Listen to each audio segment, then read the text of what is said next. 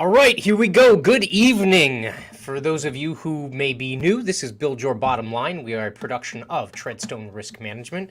I am Matt, and this is I Alan. am Alan.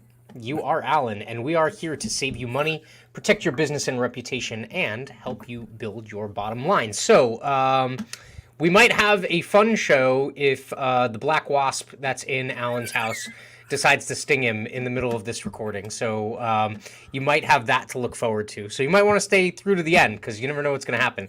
Or if We're you probably or if you see me sprint out of the room suddenly, you know why. So this is probably going to be a short one. But as usual, like, comment, subscribe, share, hit the notification bell, retweet. Help us with the algorithm. Help us get this information out there. We love speaking to not just risk management, but also operations and tips and stuff like that for real estate developers, investors, contractors, real estate management firms, everyone within that ecosystem. So help us out with that. This evening, we are going to be talking about an actual client. We're not going to name drop or anything like that. But so we have a prospect that we're working with right now. They are a real estate consulting firm. So they're not actually getting their hands dirty in terms of like the financial investment or anything like that, but they're working in a support role for developers and some other people within the real estate industry. And we kind of wanted to talk through like our process and kind of like how we've approached this and some of the considerations. So if you are a real estate consultant or if you know of one, they can also take these same considerations and think about that when they're going through their coverage and how they operate and everything like that. So what was your first impression, Alan, when you got this opportunity? What was like the first couple of things that you were concerned about? Oh, well, obviously, my number one concern was reaching out and saying, "Hi, I got your information." That always helps. Yeah, I remember our whole episode about not calling people back when they call you. I don't do that. Yeah. He reached out and I replied. But obviously, the first thoughts through my mind is, okay, great. What is it that he needs? Right. What is it he's looking for? Does he have a policy already that maybe isn't working for him or is working for him, but he needs more coverage? Maybe he just hates his broker and he really wants a new guy who's awesome. I mean, I can't blame people for that. Look, you can't go wrong with a little eye candy. That's all I'm saying. I'll let my broker handle it. This is my broker, and people get intimidated. I won't lie. Yeah. Yeah, that's all good stuff. So we won't go too far into the weeds, but in terms of this company and how they're kind of like set up and their particulars and stuff, again, we don't want to, dox anyone in terms of that. So what's important to understand is there are some moving parts here, and depending on how they answer these questions or how they choose to run their business makes a big difference in terms of what type of insurance they need, if they can get it, and what it costs and which insurance companies are going to write them, as well as, our recommendations as far as risk management moving forward. So one of the first things I asked about was whether or not, like, what's the phrase? Don't touch the money. Right, like yes. That's always the phrase. I understand it's used in a different context in terms of like sports and whatnot, but that was one of my first concerns, was whether or not they were actually handling client money, or in some cases the consultant may also end up in some capacity getting involved in actually having equity or an interest in the developmental project that they're working on. Luckily enough, they didn't have that exposure just yet, and so it makes it a lot easier, because once you start handling money, you go from here to here in terms of what an insurance company is going to look like in terms of the risks that are associated. Yes, and it seems like insurance company interest in it goes from here to here. Well, yeah, it's just different insurance companies. If you stick with the same insurance company, yes, that's like, what's funny is I remember we were going through one of the online apps, Alan, and you were like, why the hell are they knocking this out and not writing this? And I was like, oh, well, that question right there, you answered yes, and it's supposed to be no, Yeah. Clicking the wrong button made a big difference. But really, that is the difference sometimes between a successful submission and one that gets denied, so to speak, and maybe it's denied improperly. Maybe the insurance company would have actually written it. And so you definitely have to make sure that all of those particulars are correct. And so in this case, one of those things had to do with whether or not they were taking any kind of financial contribution or contributing into the actual programs that they were going to be consulting on. Yes, when I was on the phone with the company, they actually, as we were going, because I was trying to get information for the second half, which we'll be talking about shortly.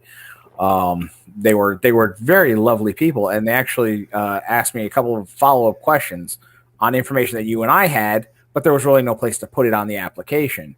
And they actually walked through, and once they realized, they said, really what you have this signed up as, it's actually kind of a split between the two. And if you take the second one, the approval process will go even faster.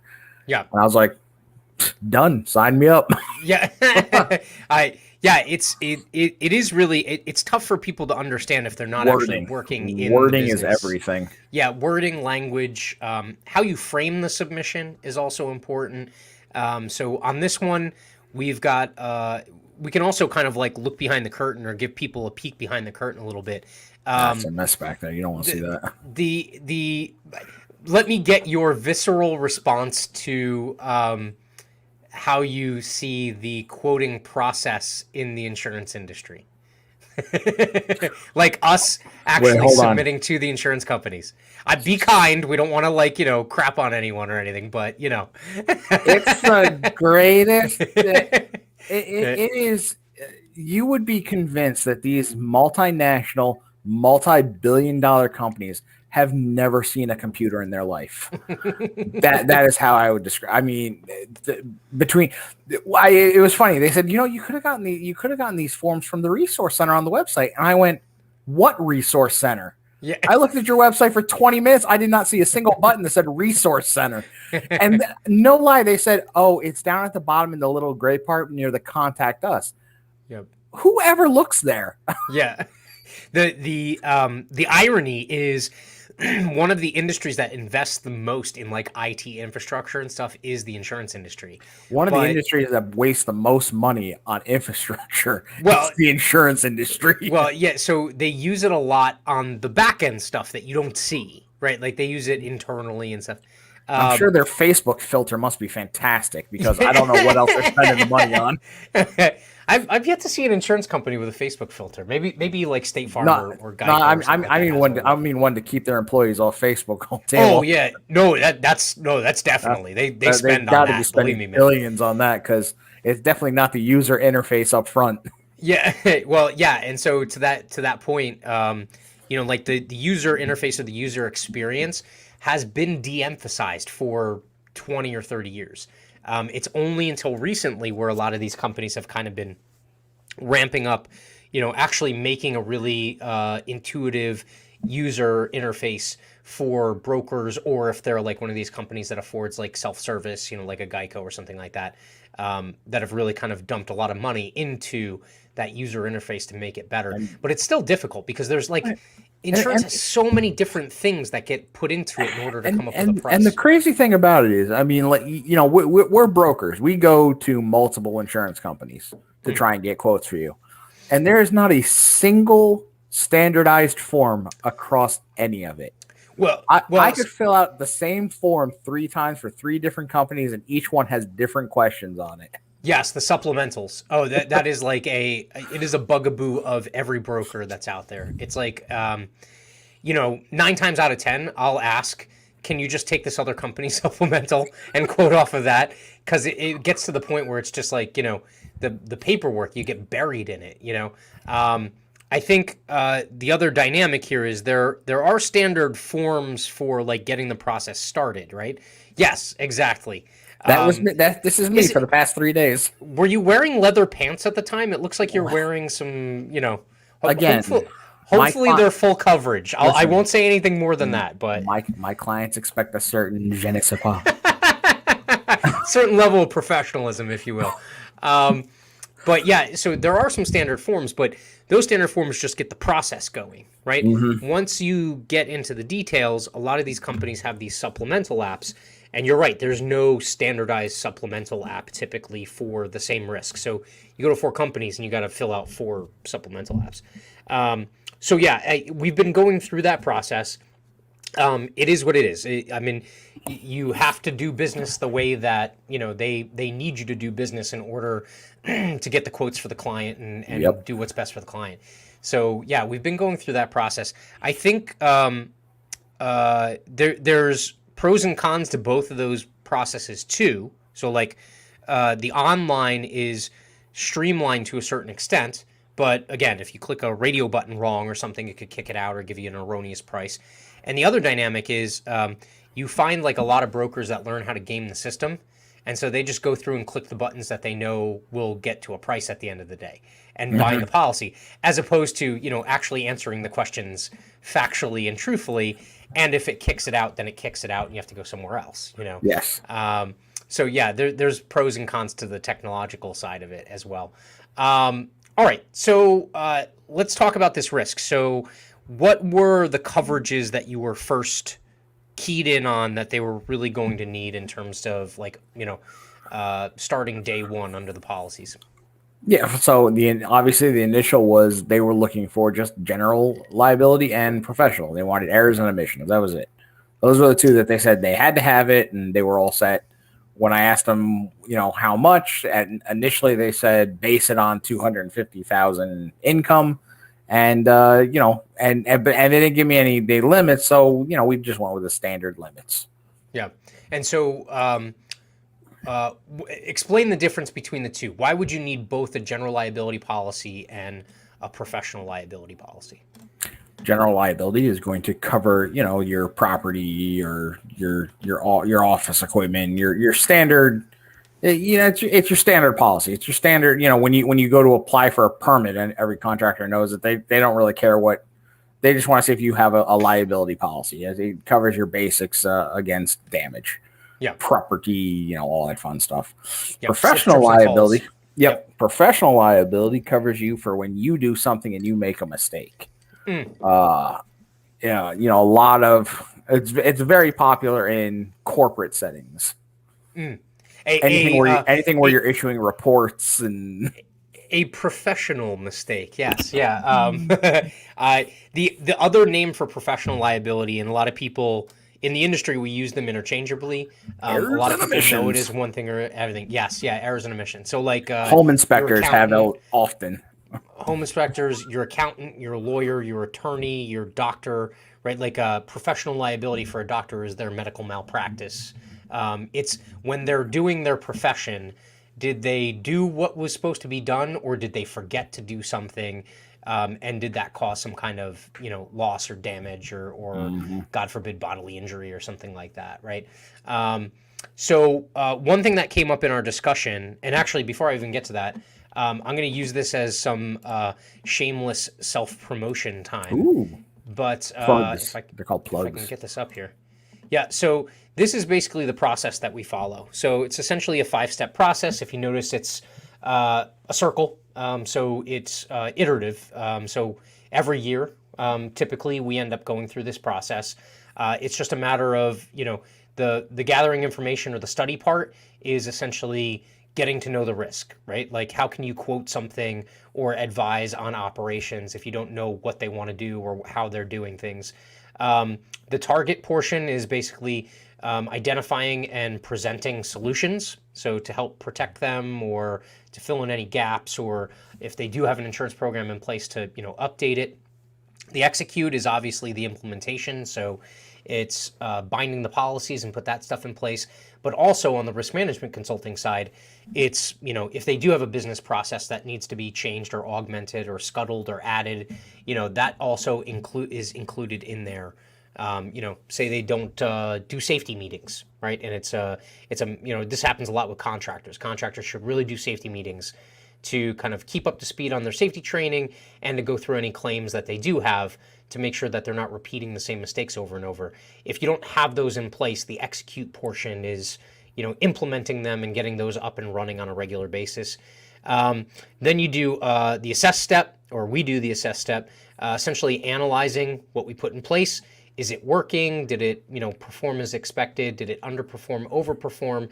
And then you basically modify the program based off of that assessment to figure out whether or not you can improve everything, if everything's working all right, and make any changes, especially if the company is growing, downsizing, if it's moving into other operations outside of its just core competencies, and really kind of like bobbing and weaving as far as that goes. So that was our shameless self promotion bit. But so anyway, one of the first things that we discussed in terms of the actual coverage was that general liability policy and that professional liability policy.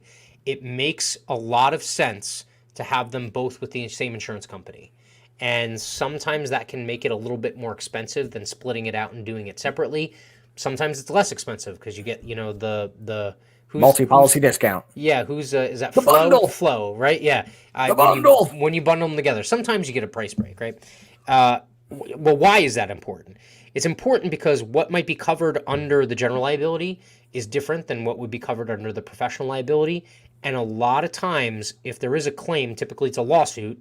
And depending on how the lawsuit is worded, you could have, 4 things that are supposed to be covered under the general liability policy. You get 4 things that are supposed to be covered under the professional liability policy. And then maybe there's 1 or 2 where everyone's like, no, you take it, you take it, you take it, right? And if it's 2 different insurance companies, now your client might be at a loss because those insurance companies are going like this because they want to pay for, the least amount as possible.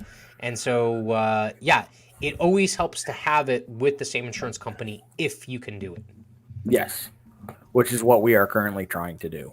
Yes, yeah, and so that was a big component here, was making sure that down the road, again, knock on wood, we don't want them to have any claims, but if they do, we want to make sure that when it comes time to take care of it, that's ultimately what you're paying for. And so let's make sure to put something in place that's actually going to work for the client and put them in the best position possible to recover from it. So the whole point of insurance is to get you back on your feet as quickly as possible, not drag out for months and years, which can happen in larger cases. Or Hurricane Sandy claims for homeowners. What? No. I know that's a little bit of a sore spot for some people. But so that was the first conversation we had. We also talked about other coverages that aren't necessarily needed immediately, but might be needed in the future. What were 1 or 2 of the ones that you were thinking about, Alan, in terms of adding on to that insurance program? Well, workers' comp, if they ever decide to hire on employees, that's a big one. What else was there? Cyber's always a big one.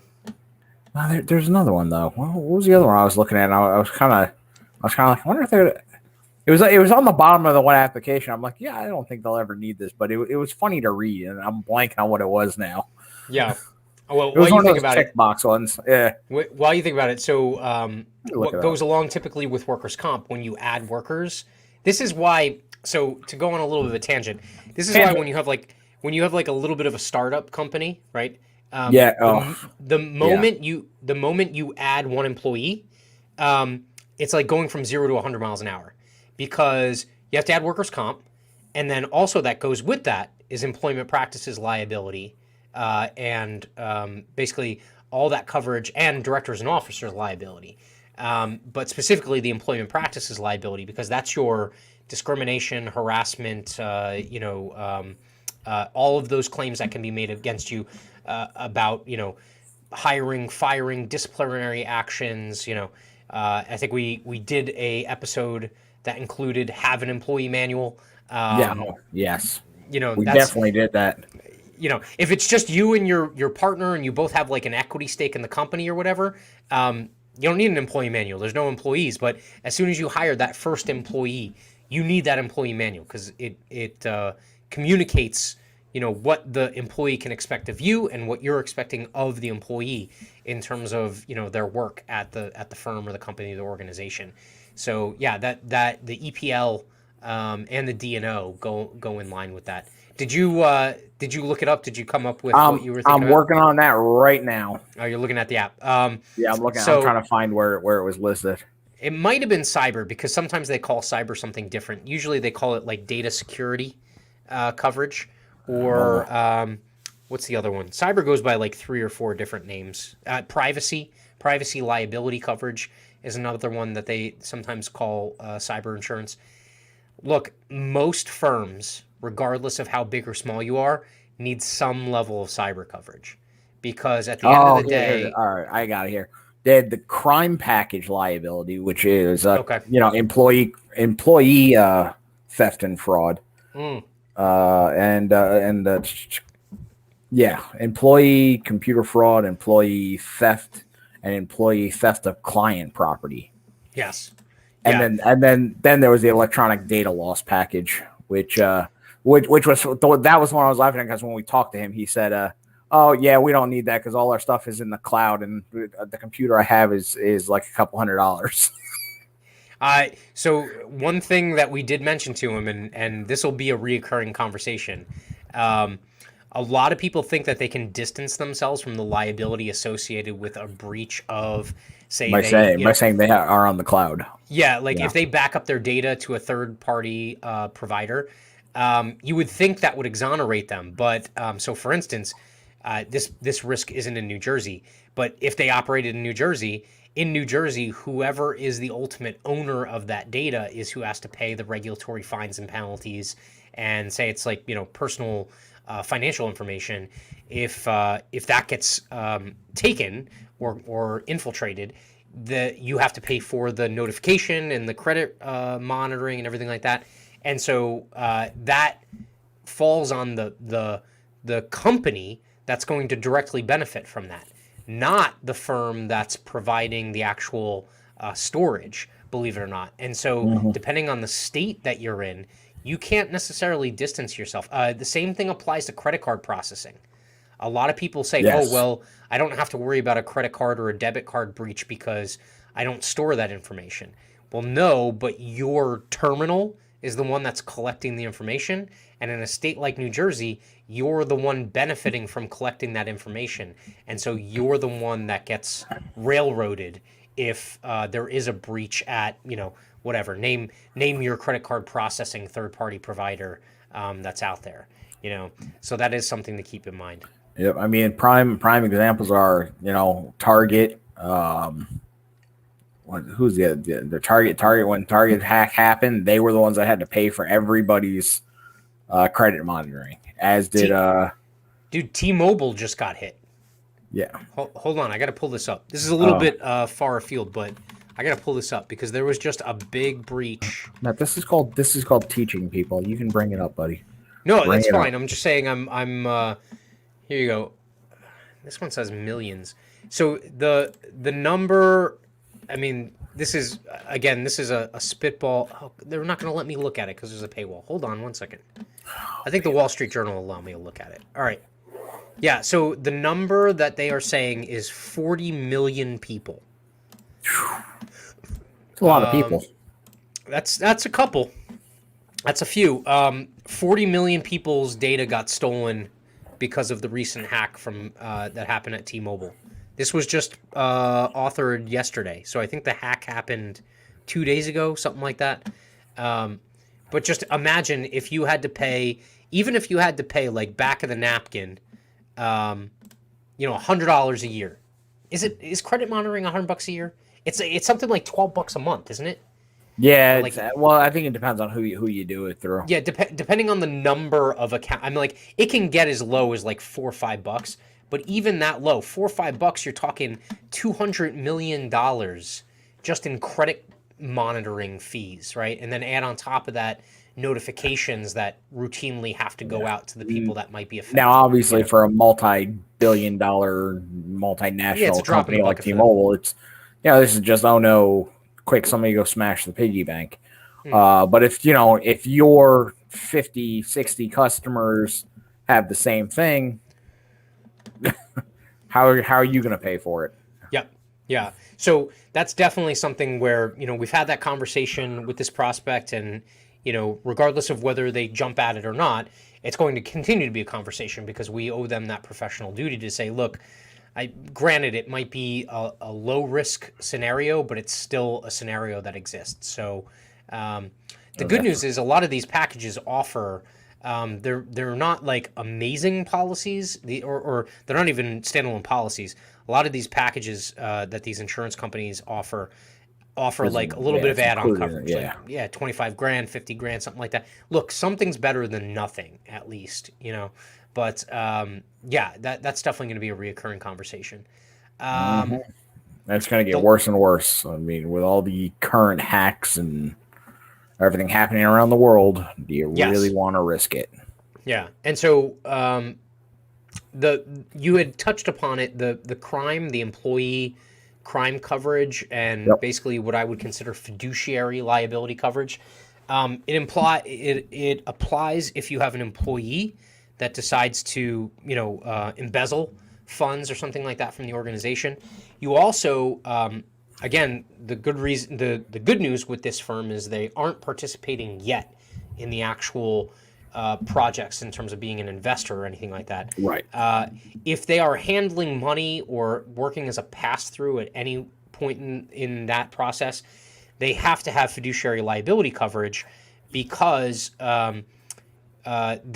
that obviously is a risk where if in that moment in time or the week that the money is sitting in an escrow account, if it evaporates and goes somewhere else, or there's some kind of social engineering attack where someone poses as someone from the other party at the other end of the transaction, and they're like, hey, John, who's your partner, told me to tell you to wire $1 million to this account.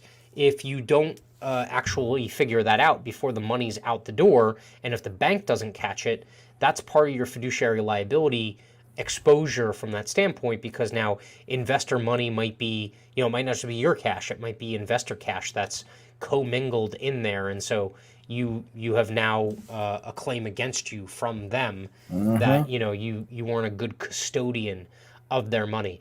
And then the last thing with that is that's where directors and officers liability really comes into play, because now you have stakeholders outside of just the partners. So if you have a firm that has 2, 3, 4 partners, but they all have like an equity stake, if one of them does something and the others aren't happy with it, they can sue the other one, but that's not insurable because it's technically an insured versus insured situation. And insurance companies don't get involved in family drama, right? Like they don't want to get involved in that stuff. Neither do I. So they leave that up to you. You can fight it out as much as you can. Directors and officers liability coverage does not apply in that situation. Where it does apply is as soon as someone outside of the family has beef with you, right? And it could be money that was spent improperly. It could have been money that, disappeared magically, was embezzled, things like that. Could have been certain actions performed that maybe go against what the corporate morale sheet says. If there's something that gets there's missed, a certain governor that they're trying to get his pension cut off before it takes effect in a couple of days. That is true. That is true. And yeah, the same exposure exists in the public sector because most elected officials and appointed officials are technically custodians of public money. But yeah, so in the situation where it's like one partner versus the other, it doesn't apply. But as soon as you include that third party that now could potentially have a claim against your firm, now you need that directors and officers liability coverage because it's now someone on the outside that might make a claim, and now the insurance would kick in order, at least to defend you, right? Like, yes. At the very minimum. Yeah. So I think those are all the big coverages. I'm trying to think of something else. They don't really, we could talk about some of the nuanced coverages like, hired and non-owned auto, but that's like a snooze fest. It's something you can add on to your general liability policy typically. That just covers you if you're driving for work as a partner or an employee of the company, and you get in an accident. That policy acts as an excess policy over the top of that person's individual car insurance. But yeah, that's kind of a snooze fest. If you're really going to do that, you might as well just get your own business auto policy and save yourself the drama. Yeah, if you have owned vehicles, most definitely you're going to want a business auto policy. If you're even if you're reimbursing for mileage, you're going to want to have at least that add-on coverage, Hmm. because the last thing you want is them to say that, you sent Ricky out to go get bagels. He sideswiped three cars and killed an old lady walking across the street, and Jeez, he that and he's got escalated quickly. and it did, and he's got minimum state limits on his personal auto policy, right? So what they're going to do is then they're going to get whatever they can from his policy, and they're going to be like, Ricky, what were you doing? And Ricky was like, "Oh, I was just going out to get bagels. And by the way, the partner of the firm told me I needed to go really fast in order to get the bagels because everyone's really hungry. So I was speeding, and that's why I hit these people." I You hit a better rear believe view you're getting mirror hit and with a went, lawsuit. and then I plowed somebody over. Yeah, exactly. I got startled. Yeah, that is something that is important, and it's like one of those nuanced little kind of small things to add on. That's important in that whole coverage package. Trying to think of anything else. That's really the bulk of the main coverages. We talked about These, like these are all the things though your broker should be doing for you. They should be mentioning these things to you. so If you call your broker and say, "Hey, I need a new policy," and he goes, "All right, give me 10 minutes, and I'll send something back to you," yeah, you and may not be and getting the there, coverage you need. or how much are you looking to spend, right? It's like the old used car adage. But I know you rip on me, but Yeah, I truthfully, at do. the end of the day, that's like we think of worst case, Mhm. right? Like that's our job. Like how bad can it get, and then can we protect against it? Either through not doing something or changing the operations, or can we get a policy to cover it just in case that's a potential loss? Because believe me, it sounds funny, but there are cases where there have been people that have been sent on coffee runs and got into a fatal car accident and been held liable for millions of dollars. So that's definitely something to contemplate. The Mhm. other thing that we are working on right now is the umbrella policy that sits over the entire program. And just elaborate a little bit, Alan, on why someone wouldn't just want like a baseline $1 million policy and that's it.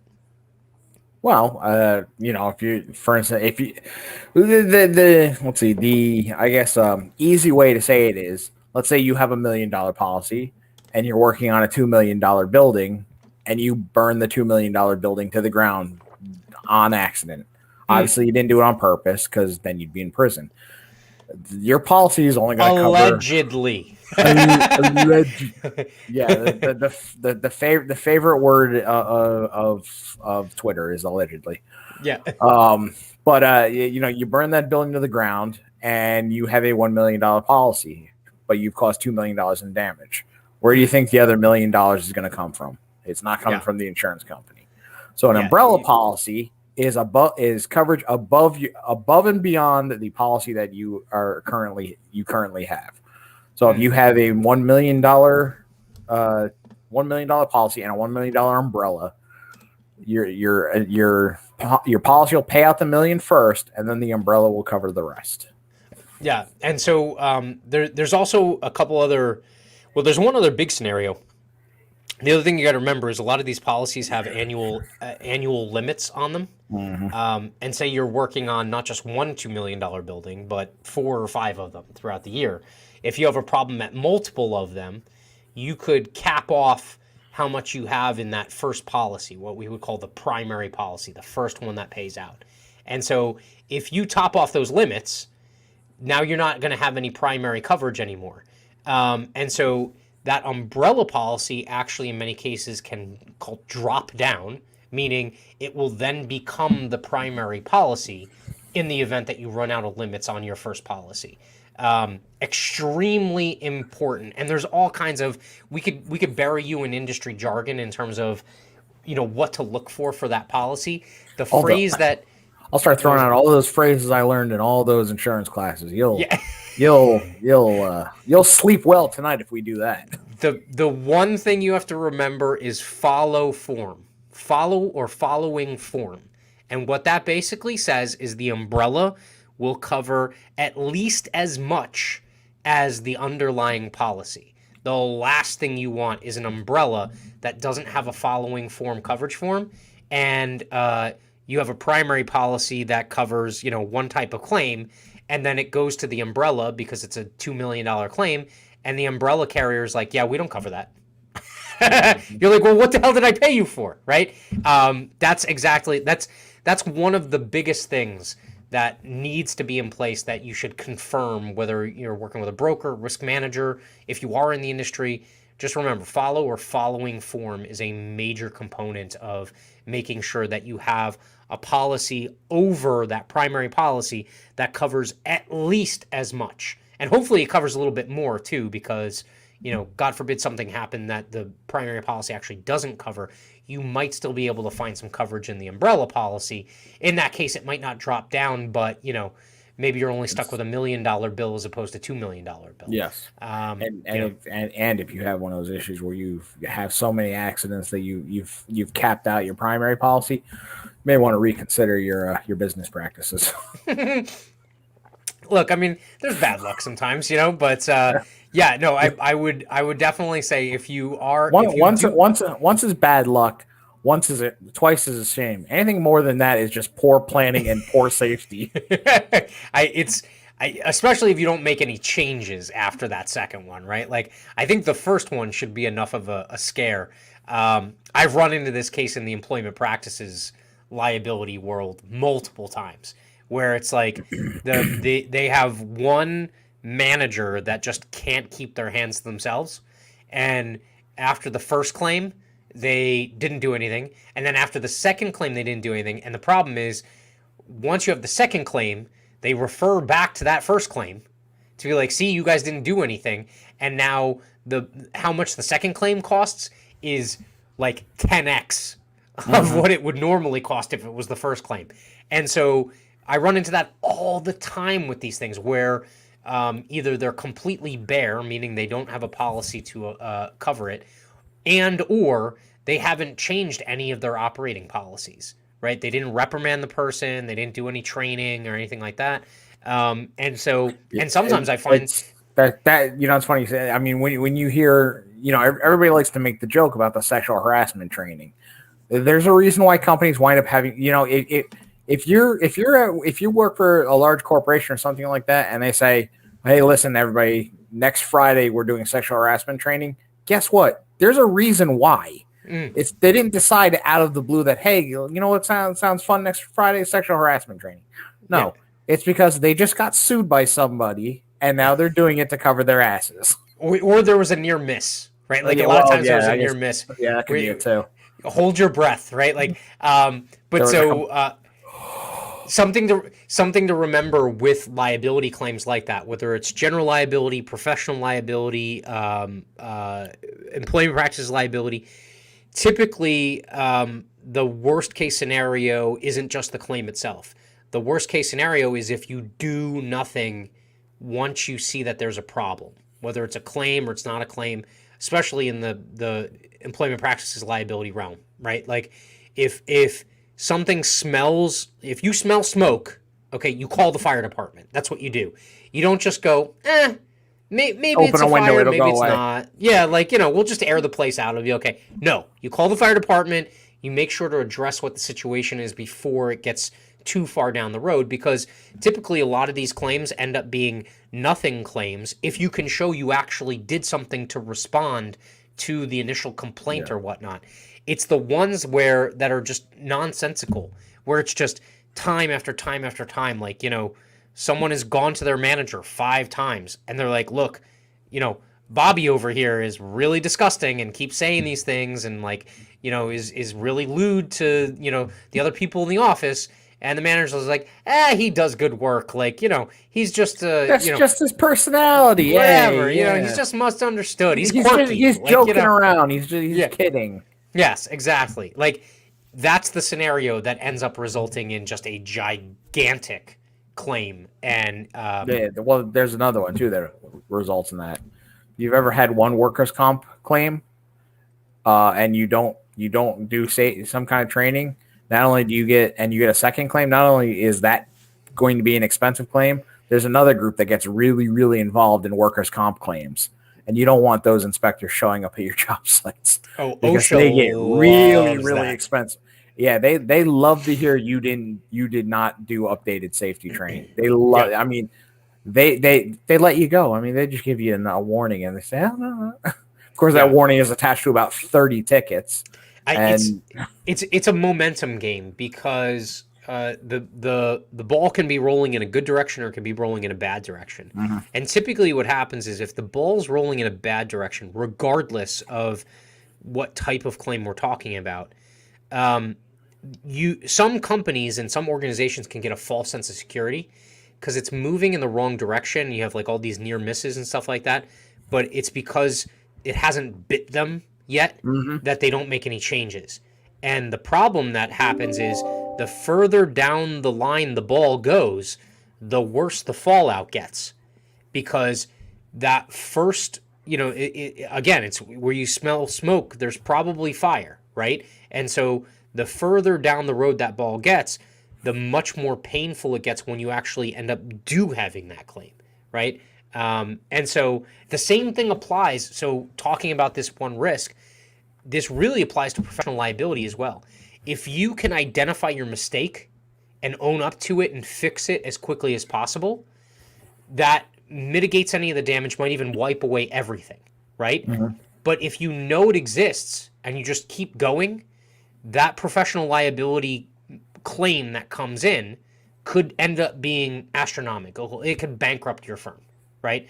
And so that's the key. There is a certain level of ethics and professionalism and stuff that goes with whatever business that you're running, especially when it comes to professional liability.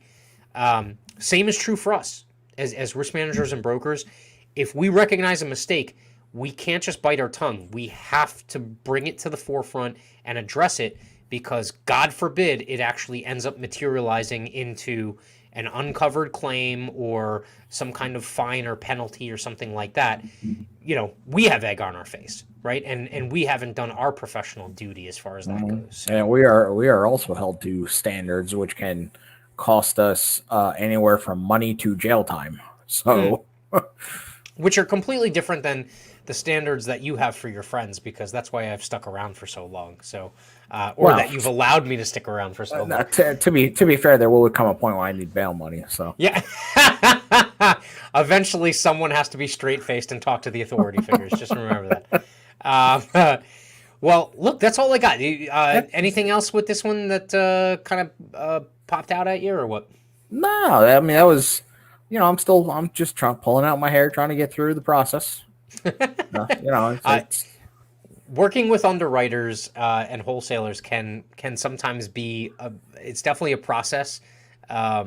Relationship is a big deal. So like if you're working with a new underwriter or a new wholesaler, it takes time to kind of establish rapport and understand each other, how you all work and how you have to communicate in order to be on each other's wavelength. So it takes time, but it does. It's fun. I mean, everybody's just trying to help everybody. That's really what it boils down to. Sometimes you need a happy little tree in the corner. That's all you need. Just it helps out.